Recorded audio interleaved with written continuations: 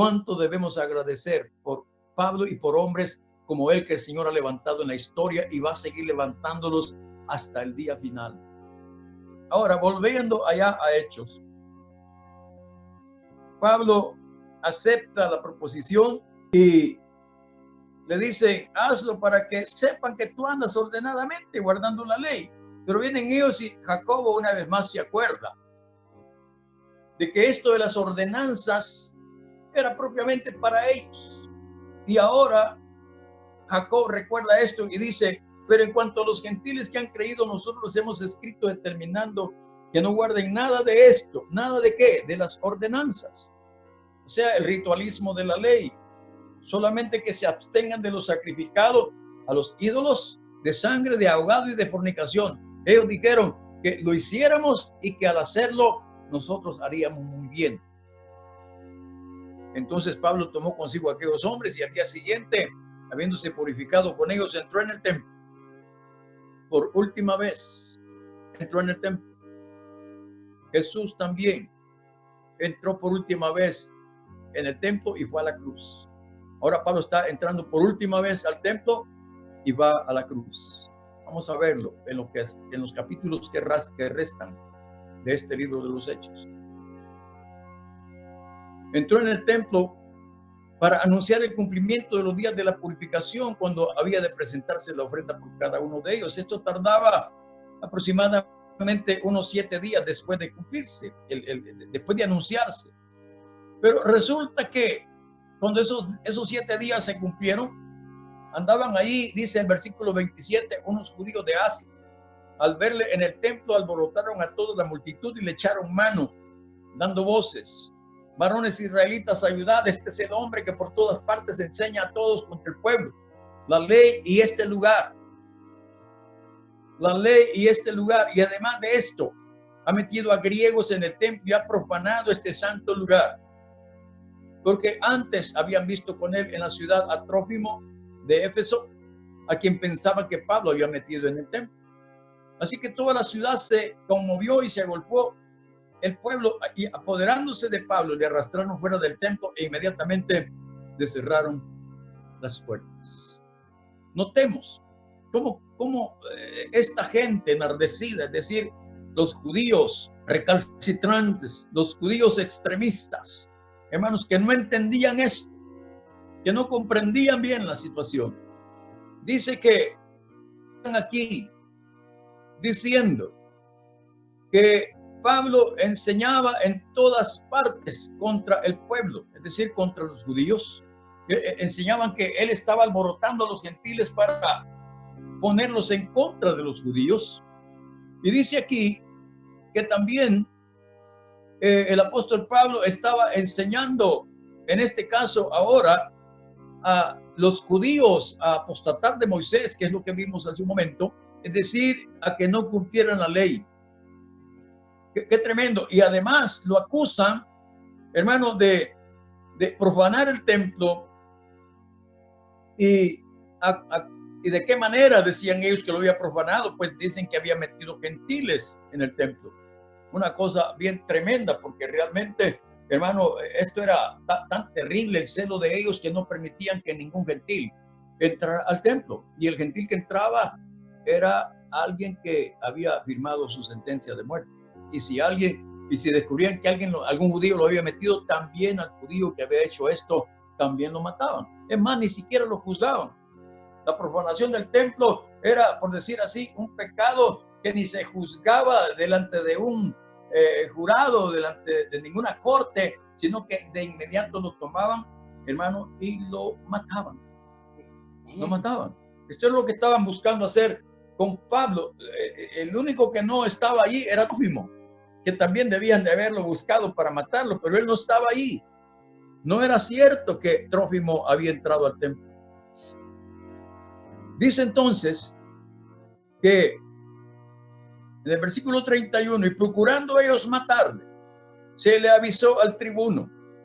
Este tribuno, su trabajo era, hermano, actuar como un procurador.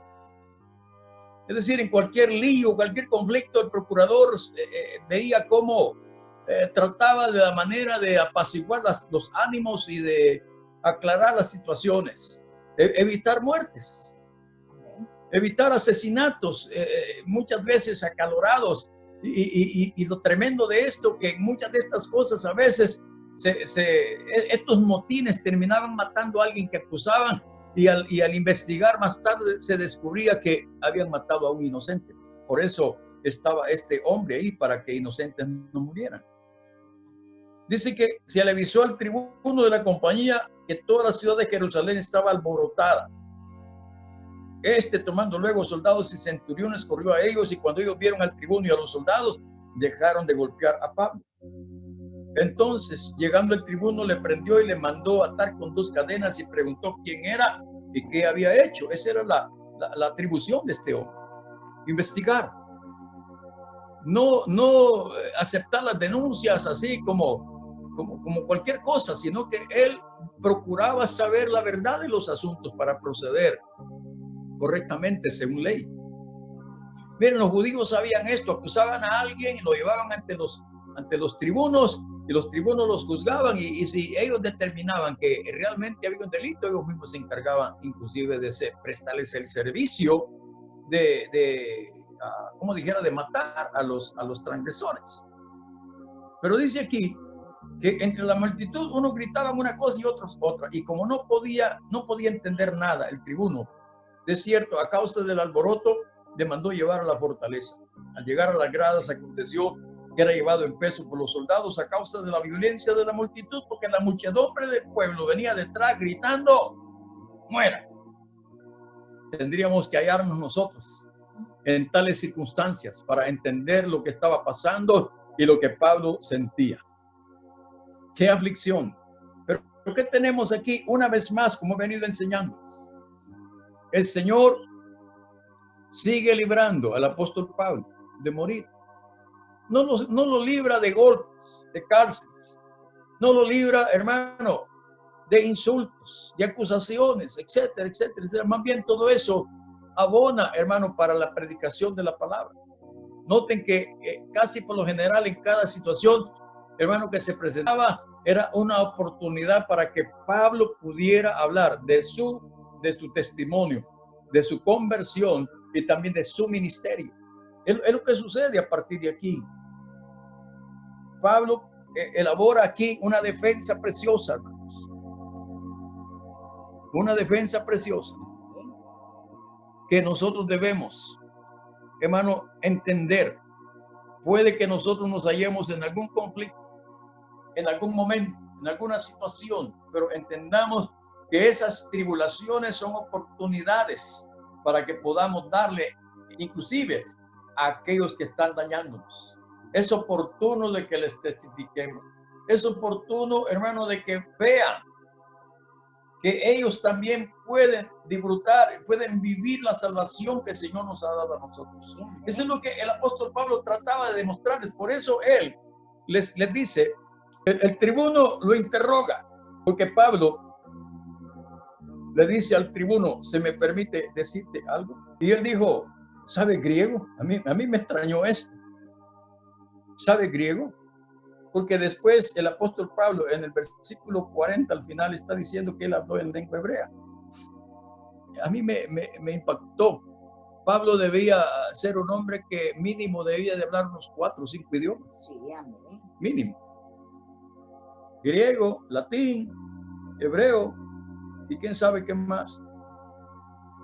Pero le pregunta el tribuno: ¿no eres tú aquel egipcio que levantó una sedición antes de estos días y sacó al desierto los 4,000 sicarios? Entonces Pablo dijo: yo de cierto soy un hombre judío de Tarso, ciudadano de una ciudad no insignificante de Cilicia.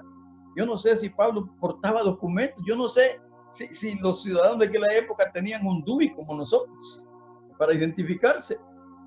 Dice: pero te ruego que me permitas hablar al pueblo. Y cuando él se lo permitió, Pablo, estando en pie en las gradas, hizo señal con la mano al pueblo, y hecho gran silencio, habló en lengua hebrea diciendo. Y viene aquí donde Pablo presenta su testimonio, habla de su conversión. No me voy a detener allí. Y luego en el versículo 17 Dice que después de la experiencia que él tuvo en Damasco, dice que orando en el templo le sobrevino un éxtasis. Y le vi que me decía, date prisa y sal prontamente de Jerusalén porque no recibirán tus testimonios acerca de mí. Yo dije, Señor, ellos saben que yo encarcelaba y azotaba en todas las sinagogas a los que creían en ti cuando se derramaba la sangre de Esteban, tu testigo. Yo mismo también estaba presente y consentía en su muerte y guardaba las ropas de los que le mataban. Pero me dijo, ve, porque yo te enviaré lejos a los gentiles. Hermano, esto es impactante. Se puede ver que los judíos no estaban interesados en la salvación de los gentiles realmente. No estaban interesados. Y yo siento, hermanos, que una de las razones básicas por las que Dios envió a su Hijo Jesucristo es por causa de los gentiles. Sé que primordialmente fue por los mismos judíos. Pero recuerden la bendición dada a Abraham allá en Génesis 12. Le dijo el Señor a Abraham que él iba a bendecirlo y que Abraham iba a ser bendición. Inclusive él dijo, yo voy a bendecir a los que te bendigan y voy a maldecir a los que te maldigan. Él le dice que él va a ser la base, la fuente de donde sale Israel, pero también le dice que en él, en Abraham, en la fe de Abraham, serán benditas todas las naciones. Esa palabra benditas también se traduce como ser injertados. Sí, es decir, desde allá de Génesis 12, hermano, qué precioso que entendamos esto, que Dios nunca tuvo olvidados a los gentiles. Amén. Nunca. Él nos tuvo siempre en mente desde el momento que Él hizo su creación. Y ahora nos lo está revelando acá. El mismo apóstol Pablo enseña más tarde que los gentiles somos también herederos de la misma promesa. Que los gentiles venimos a ser miembros de la familia de Dios. El apóstol Pedro también lo reconoce y lo publica en sus cartas. Entonces, a mí me llena de gozo pensar, hermanos, de que desde antes de la fundación del mundo, como les escribe a los de Éfeso, desde antes de la fundación del mundo, el Señor ciertamente pensó en los judíos, pero también pensó en los que no eran judíos. Y de eso somos parte nosotros hoy. Pero fíjense, ¿qué está pasando aquí, hermanos? ¿Cuáles eran las situaciones que se presentaban? Como decía hace un rato, el Señor está librando aquí al apóstol Pablo porque los propósitos de Dios en el ministerio de Pablo no iban a terminar allí. Amén. Amén. No iban a terminar allí. Él tenía que estar en Jerusalén, dar testimonio y salir de Jerusalén una vez más. Y solo faltaba que les hubiera dicho él, no van a ver más mi rostro. Porque a partir de allí, Pablo sale, hermanos, sale de Jerusalén. Pero no contentos con que el tribuno lo había librado y que estaba fuera del alcance de ellos. Y me llama mucho la atención lo que sucede allí, que dice que al día siguiente, después de que está preso, en ese sentido, imagínense, me impactaba también esto. Los judíos lo atrapan en el templo, lo quieren matar. El tribuno de parte de Dios interviene, lo saca, lo quita de las manos de ellos y lo pone preso también. Pero puesto en una cárcel para ser librado. Qué tremendo es esto. Es más, en la cárcel, el tribuno quería azotar a Pablo. Y cuando dice en el versículo 24 del capítulo 22, dice que mandó el tribuno que le metiesen en la fortaleza y ordenó que fuese examinado con azotes. Es decir, lo iban a interrogar para saber por qué causa clamaban así contra él. Pero cuando le ataron con correas, Pablo dijo al centurión que estaba presente: ¿os es lícito azotar a un ciudadano romano sin haber sido condenado? Cuando el centurión oyó esto fue y dio aviso al tribuno diciendo: ¿qué vas a hacer? Porque este hombre es ciudadano romano. ¿Recuerdan ustedes el pasaje allá con el carcelero de Filipos? Otra vez está sucediendo más o menos lo mismo, con la excepción de que allá en Filipos sí los azotaron a él y a Silas. Aquí está él ahora solo. Es otro detalle, que en este momento ya nadie más acompaña a Pablo. Pablo está solo. Y Dios y Jesucristo están con él, porque el Señor le ha dicho: yo estoy contigo. Sí, amén. Amén. Y dice aquí que el centurión le avisa al tribuno y le pregunta: ¿qué vas a hacer? Porque este hombre es ciudadano romano. Vino el tribuno y le dijo: dime, ¿eres tú ciudadano romano? Él dijo: sí. Respondió el tribuno: yo con una gran suma adquirí esta ciudadanía. Entonces Pablo dijo: pero yo lo soy de nacimiento. Así que luego se apartaron de él los que le iban a dar tormento, y aún el tribuno, al saber que era ciudadano romano, también tuvo temor por haberle atado. ¿Qué sabiduría le había dado Dios a Pablo, que aprovechó una circunstancia tan tremenda para evitar esta golpiza? Hermano, qué precioso es esto. Amén. Amén. Pero dice que al día siguiente, queriendo saber de cierto la causa por la cual le acusaban los judíos, le soltó de las cadenas y mandó venir a los principales sacerdotes y a todo el concilio, y sacando a Pablo, le presentó ante ellos. Ahí estaban los del concilio. Es decir, hermanos, estaba el sumo sacerdote Ananías allí, y a mí me causa una impresión tremenda. Estaba allí el tribuno, había mucha más gente, pero entre ellos estaba Ananías y estaban los ancianos, y había un alguacil que dice aquí que cuando el sumo sacerdote Ananías ordenó, entonces, dice versículo 2, capítulo 23 de Hechos, ordenó a los que estaban junto a él que le golpeasen en la boca. Entonces Pablo le dijo: Dios te golpeará a ti, pared blanqueada. ¿Estás tú sentado para juzgarme conforme a la ley, y quebrantando la ley me mandan golpear?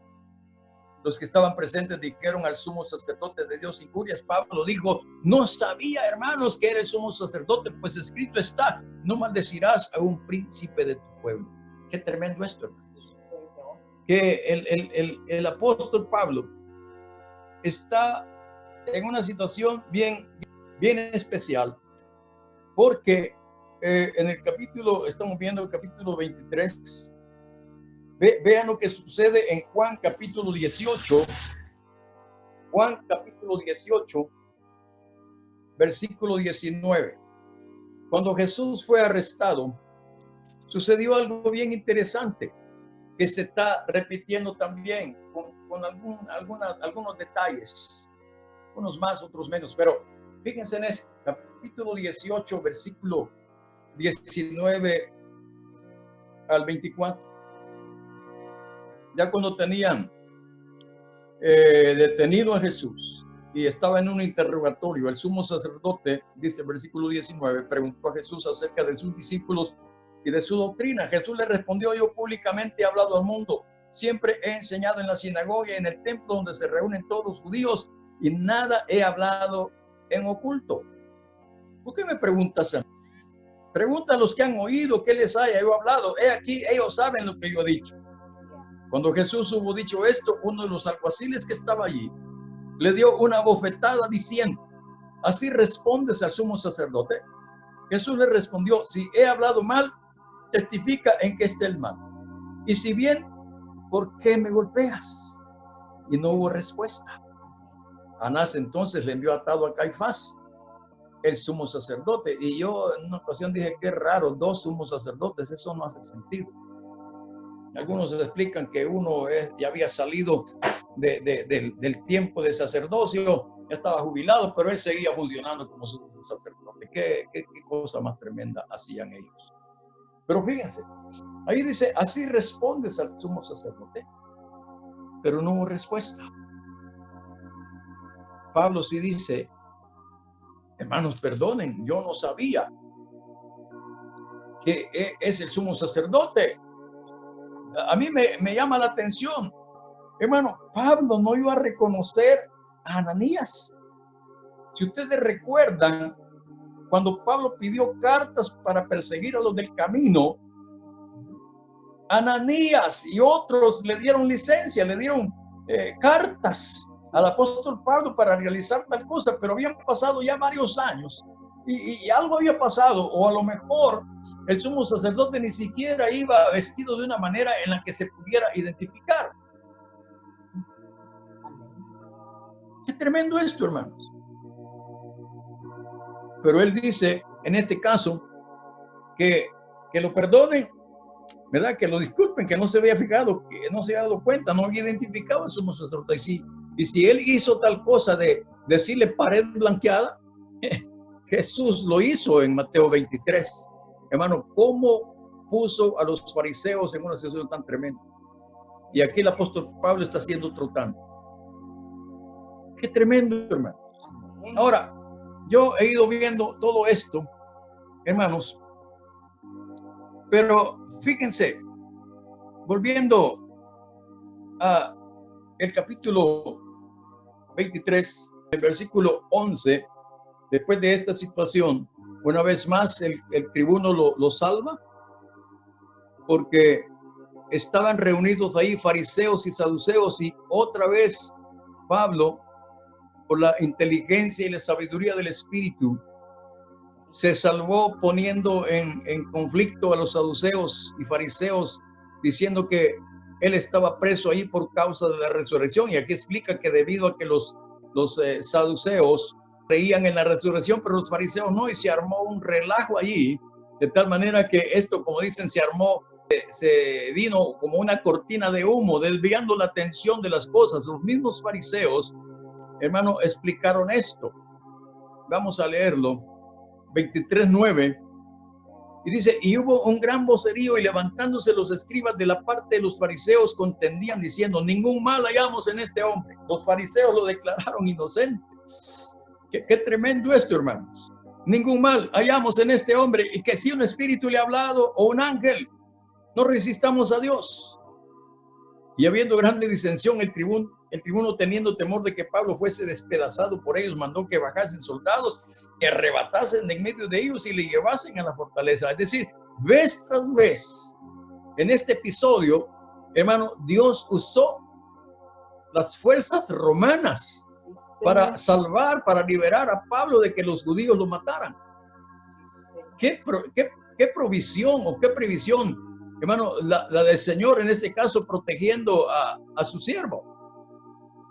Hermanos, esto debemos entender, que mientras no ha llegado el momento de que el Señor nos llame, y principalmente en el trabajo de predicar la palabra, no debemos desmayar. No importa qué nos pase a consecuencia de predicar la palabra y de dar testimonio de Jesús. Él va a determinar hasta dónde vamos a llegar, y mientras estemos con vida, mientras tengamos salud, mientras tengamos fuerzas y recursos, mientras, hermano, no tengamos paralizada la lengua y la boca, debemos seguir hablando de Jesús a quien sea y donde sea y como sea. Hasta que el Señor decida, hermanos, de alguna manera, quitarnos de en medio de los malos de este mundo. El apóstol Pablo, como vamos a seguir viendo, fue librado vez tras vez hasta que él llegara a Roma para testificar de Jesús allá en Roma, porque hasta allá lo estaba mandando el Señor por causa de los gentiles. Hermanos, nosotros no tenemos idea de lo que después de que Pablo predicó en un lugar, la semilla quedó sembrada, hermano, y por los que habían creído comenzó a ser regada por todos lados, por todas partes. El evangelio de Jesús comenzó a ser llevado por todas partes. Ese es el objetivo, ese es el propósito de Dios al levantar al apóstol Pablo. Partiendo del apóstol Pablo, hermanos, es que se ha generado hasta hoy día la predicación del evangelio. Por eso estamos nosotros esta mañana aquí, y no solo nosotros, hay reuniones como esta por todos lados hoy, no solo en nuestro país, en el mundo entero. Porque hoy más que nunca debemos interesarnos en conocer la verdad del evangelio de Jesucristo.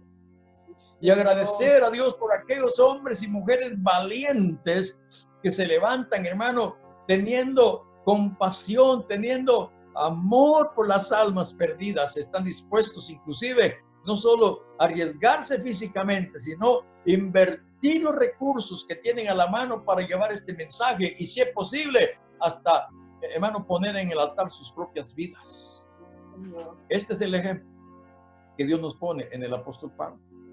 Sigámoslo, hermano, y no estén esperando que una iglesia, una misión o X que autoridad o personaje nos autorice para predicar el evangelio. Hermano, el único que puede autorizarnos y darnos fortaleza es el Espíritu Santo. Por eso vamos a estar llenos del Espíritu Santo para testificar del Señor donde sea, cuando sea y con quien sea. Sí, Señor. Tenemos licencia de parte del Espíritu Santo para hacerlo, hermano.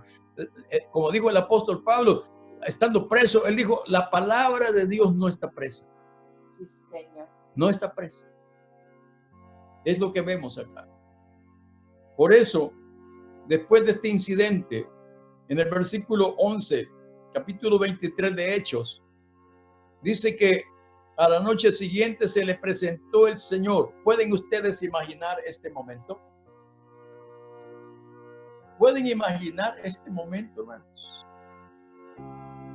Librado varias veces de ser matado por los judíos. Señor. Y Pablo había entendido el asunto, por eso él con valor hablaba, con denuedo hablaba. Sabía que iban a agredirlo, golpearlo, qué sé yo, iban a hacer tantas cosas, inclusive podían hasta matarlo y Dios lo iba a levantar hasta que cumpliera el propósito.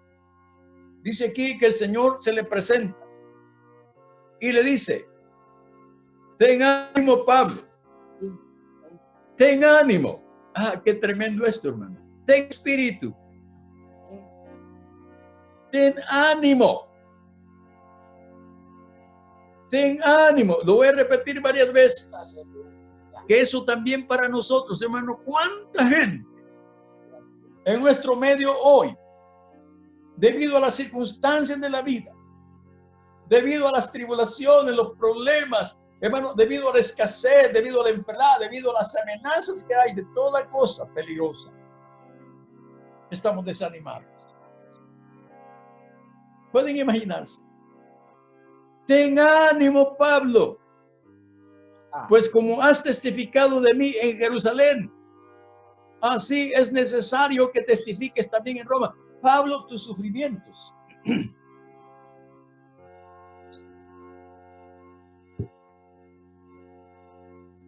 tus aflicciones por causa de mí y del evangelio no han terminado. Todavía falta. Por eso les digo, ten ánimo, ten valor, ten fuerza. Todavía falta algo de lo que te he encomendado. Pero una cosa sí es cierta, que cuando el Señor le dice que es necesario que testifique también en Roma, prácticamente le está adelantando, Pablo, hasta ahí vas a llegar. Pablo escribe en un momento dado diciendo que quiere ir a Roma y se le cumple. Escribe en otro momento diciendo que va a ir a España. Algunos estudiosos, Pablo fue a España. No tenemos en la Biblia ningún registro de tal cosa, sino que él dijo que quería ir también a España. No sabemos si fue hasta allá. Amén. Pero lo que sí es cierto es que cuando el Señor le dice que es necesario que testifique también en Roma, allí el Señor le estaba diciendo, ahí va a terminar tu misión.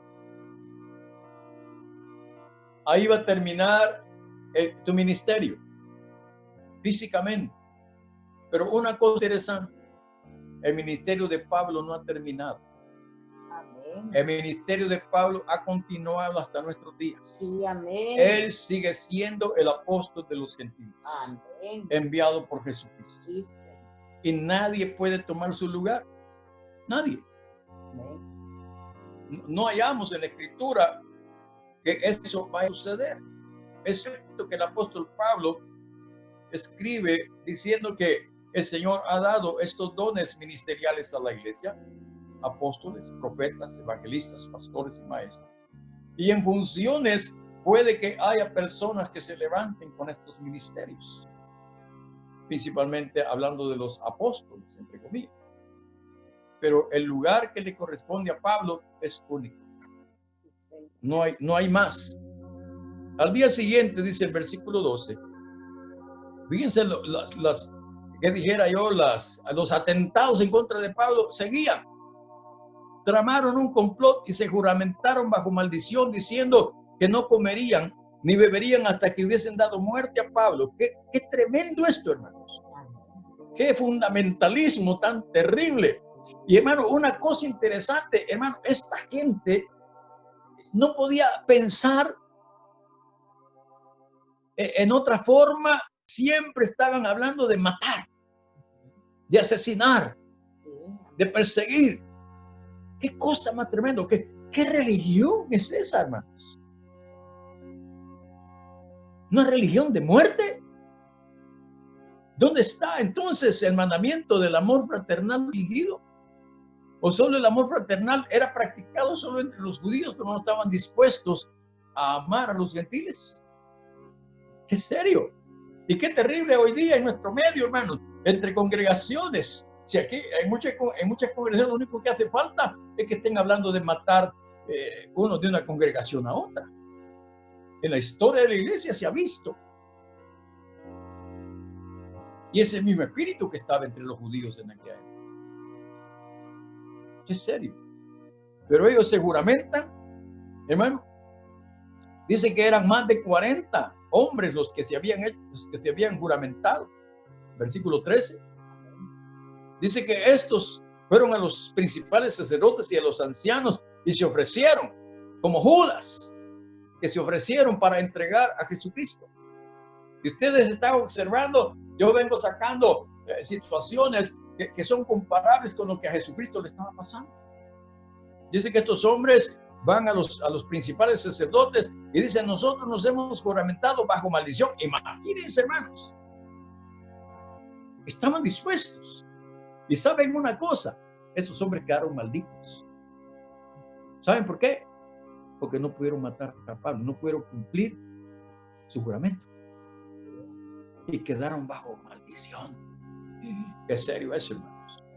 Dice que ellos se comprometieron a no gustar nada hasta que hayamos dado muerte a Pablo. No lo lograron. Ahora pues vosotros, con el concilio, requerid al tribuno que le traiga mañana ante vosotros, como queréis indagar alguna cosa más cierta acerca de él. Este era el plan que tenían, y nosotros estaremos listos para matarle antes que llegue. Pero se descuidaron, y siempre Dios va a ir adelante, hermanos. Miren, como aquel que dice que cuando vos vas con la masa, yo ya vengo con las tortillas. Qué tremendo. Siempre Dios va a estar adelante, hermanos. Eso es cierto.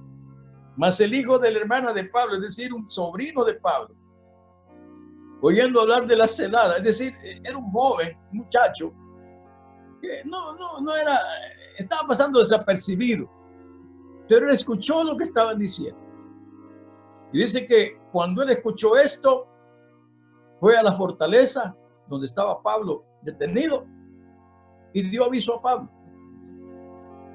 Pablo, llamando a uno de los centuriones, dijo: lleva a este joven ante el tribuno porque tiene cierto aviso que darle. Él entonces, tomándole, le llevó al tribuno y dijo el preso Pablo me llamó y me rogó que trajese ante ti a este joven que tiene algo que hablar. El tribuno, tomándole de la mano y retirándose aparte, le preguntó: ¿qué es lo que tienes que decirme? Él le dijo: los judíos han convenido en rogarte que mañana lleves a Pablo ante el concilio, como que van a inquirir alguna cosa más cierta acerca de él, pero tú no les creas, porque más de 40 hombres de ellos le acechan, los cuales se han juramentado bajo maldición a no comer ni beber hasta que le hayan dado muerte, y ahora están listos esperando tu promesa. Entonces el tribuno despidió al joven, mandándole que a nadie dijese que le había dado aviso de esto, esperando tu promesa. El tribuno había dicho: mañana vamos a juzgarlo. Están esperando que tú lo saques y lo van a matar. Hermano, en la parte final de este capítulo, miren, qué tremendo lo que pasa aquí. Había 40 hombres dispuestos a matar a Pablo, y resulta que Dios provee, hermanos, si ustedes se fijan, hermanos, dice que el tribuno llama a 2 centuriones, versículo 23, y mandó que preparasen para la hora tercera de la noche 200 soldados, 70 jinetes y 200 lanceros para que fuesen hasta Cesarea y que preparasen cabalgaduras en que poniendo a Pablo le llevasen en salvo a Félix el gobernador, y escribió una carta en estos términos: 470 hombres para proteger a un solo hombre, a Pablo. Amén. Porque aquí no estamos hablando solo de los 40 hombres que querían matarlo, hermano, era una multitud, el pueblo entero Sí. estaba en contra de Pablo. Era necesario, hermano, proteger a Pablo. Dios estaba haciendo, Sí, Dios estaba haciendo provisión, la providencia de Dios con el sobrino de Pablo, la providencia de Dios con este tribuno Lisias, hermano, la providencia de Dios, hermano, con todo este ejército al servicio del apóstol Pablo. ¡Qué tremendo! A mí me impacta, me emociona.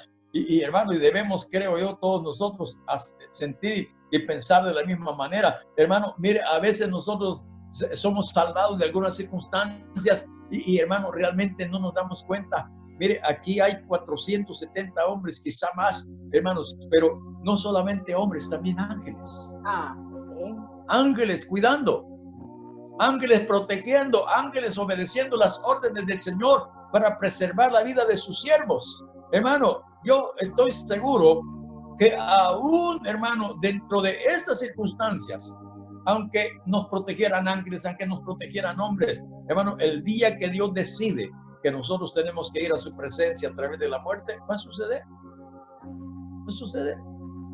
No tengamos temor, no pensemos de otra manera. Para ir concluyendo esta mañana, fíjense, Lisias le escribe a Félix y le dice a este hombre, versículo 27, aprendido por los judíos y que iban ellos a matar, lo libré yo. Qué tremendo esto. Lo libré yo acudiendo con la tropa, habiendo sabido que era ciudadano romano. Esa era la causa, la razón por la que el tribuno estaba solícito, protegiendo, cuidando a Pablo. Y queriendo saber la causa por qué le acusaban, le llevé al concilio de ellos y allí que le acusaban por cuestiones de la ley de ellos, pero que ningún delito tenía digno de muerte o de prisión, es lo que juzgó este hombre, este procurador. Pero al ser avisado de acechanzas que los judíos habían tendido contra este hombre, al punto le he enviado a ti, intimando también a los acusadores que traten delante de ti lo que tengan contra él, pásalo bien. Lo mandó al gobernador en Cesarea, a Félix. Y los soldados, tomando a Pablo como se les ordenó, le llevaron de noche a Antípatris, y al día siguiente, dejando a los jinetes que fuesen con él, volvieron a la fortaleza. Cuando aquellos llegaron a Cesarea, dieron una carta al gobernador, presentaron también a Pablo delante de él, y el gobernador, leída la carta, preguntó de qué provincia era, y habiendo entendido que era de Cilicia, le dijo: te oiré cuando vengan tus acusadores, y mandó que le custodiasen en el pretorio de Herodes. Aquí, hermano, en todo lo que he podido leerles, sé que he corrido y mi ánimo es ponerlos al tanto, que tengan la información de lo que está escrito aquí, para que nosotros tengamos ánimos también, para que tengamos esperanzas. Hermano, esta vida de este hombre revela, hermano, el que Dios tiene propósitos con cada ser humano en el mundo. Nosotros no somos la excepción. Dios, hermano, los ha levantado a ustedes, me ha levantado a mí, porque tenemos una misión que realizar. A Pablo le dice: es necesario que testifiques en Roma. A nosotros, ¿qué se nos puede decir? Es necesario que testifiques a tus vecinos. Es necesario que testifiques a tu familia. Es necesario que testifiques a tus amigos, a tus conocidos. Hoy tenemos una bendición tan tremenda, hermanos, con este asunto de la tecnología. Ustedes tienen a la mano la posibilidad de transmitir estos mensajes a cuanta gente ustedes conocen. Es tan fácil mandar el enlace, hermanos, a nuestros amigos, a nuestros vecinos, no solo en El Salvador, sino por todos lados, para que ellos también, hermanos, conozcan la verdad de este asunto. Es necesario que lo hagamos. No nos quedemos, hermanos, cortos y no perdamos la oportunidad de participar en este asunto, de este trabajo de llevar el evangelio a toda criatura. Sí, nosotros somos un instrumento en esa condición. Somos hermanos, una mano extendida, Amén. una mano que ha tocado a Cristo. Sí, Señor. Nosotros, todos los que estamos aquí, nuestra mano ha tocado a Cristo. Y por esa razón ahora podemos extender nuestra mano al afligido, al atribulado, al angustiado, por el pecado, por la maldad. Hermano, tenemos una oportunidad de alcanzar, hermano, a cuanto hombre y mujer en este mundo, hermano, podamos hacerlo.